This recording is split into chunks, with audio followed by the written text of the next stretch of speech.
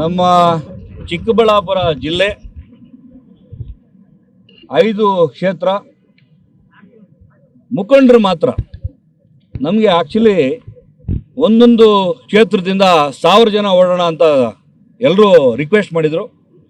ಆದರೆ ಕಾಲ ಕಡಿಮೆ ಇರೋದ್ರಿಂದ ನಾವು ನಿನ್ನೆ ಸಾಯಂಕಾಲ ತೀರ್ಮಾನ ಮಾಡಿ ಸುಮಾರು ಒಂದು 250-300 ಕಾರುಗಳಲ್ಲಿ ಒಂದು 1000 ಜನ ಮುಖಂಡರು ನಾವು ಇವತ್ತು ಹೋಗ್ತಾ ಇದ್ದೀವಿ. ಯಾಕಂತ ಹೇಳಿದ್ರೆ ತುರ್ತಾಗಿ ಓಡ್ತಾ ಇದ್ದೀವಿ. ಧರ್ಮ ಹೊಡೆಯೋ ಕೆಲಸ ಮಾಡ್ತಕ್ಕಂಥ ಏನು ಇವತ್ತು ನಡೀತಾ ಇದೆ, ವೋಟ್ ಬ್ಯಾಂಕ್ಗಾಗಿ ಎಲ್ಲ ಮಾಡಿದ್ದಾರೆ, ಆದರೆ ನಡೀತದೆ. ಆದರೆ ನಮ್ಮ ಭಾರತದಲ್ಲಿರ್ತಕ್ಕಂಥದ್ದು ಒಗ್ಗಟ್ಟಾಗಿರ್ತಕ್ಕಂಥದ್ದು ಹಿಂದುತ್ವನೇ ಹೊಡಿಬೇಕು ಅಂತೇಳಿ ಯಾರೋ ಒಬ್ಬ ಯೂಟ್ಯೂಬರ್ ಮಾಡ್ತಾನೆ. ಅವನ ಹೆಸರು ಕೇಳಿ ಏನು ಅಂತ ಯಾಕೆ ಮಾಡ್ದ? ಅವನಿಗೆ ಮಂಪರು ಪರೀಕ್ಷೆ ಮಾಡಬೇಕು.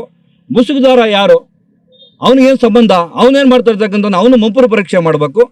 ಇದ್ರ ಹಿಂದೆ ಇವತ್ತು ಎತ್ಕೊಂಡ್ಬಂದು ಫೇಕ್ ಫೋಟೋಗಳು ಕೊಟ್ಬಿಟ್ಟು ಇವತ್ತು ನಮ್ಮ ಮಗಳು ಕಾಣೆ ಆಗಿದ್ದಾಳೆ ಅಂತ ಹೇಳ್ತಕ್ಕಂಥವ್ರನ್ನ ಅವ್ರನ್ನೆಲ್ಲ ಮಂಪರು ಪರೀಕ್ಷೆ ಮಾಡಬೇಕು.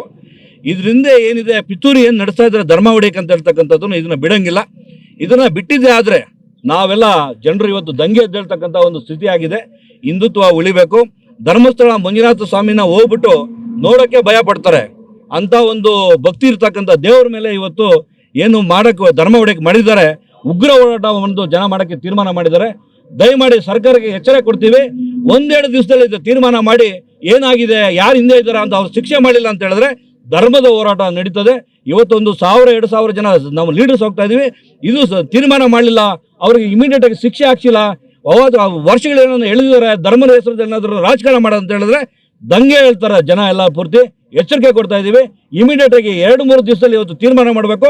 ಯಾರು ತಪ್ಪು ಮಾಡಿದ್ರೆ ಅವ್ರಿಗೆ ಶಿಕ್ಷೆ ಮಾಡಬೇಕು, ಗಲ್ಲಿಗಾಗಬೇಕು ಅವ್ರನ್ನ. ಯಾಕಂದ್ರೆ ಇದು ಧರ್ಮ ಹೊಡೆದ ಕೆಲಸ, ಗಲ್ಲಿಗಾಕೋ ಶಿಕ್ಷೆ ಅಂತ ಮಾಡ್ಬೇಕಂತ ಮಾಡ್ಬಿಟ್ಟು ಇವತ್ತು ನಮ್ದು ಆಗ್ರಹ ಇದೆ, ಹೋರಾಟ ಮಾಡ್ತೀವಿ.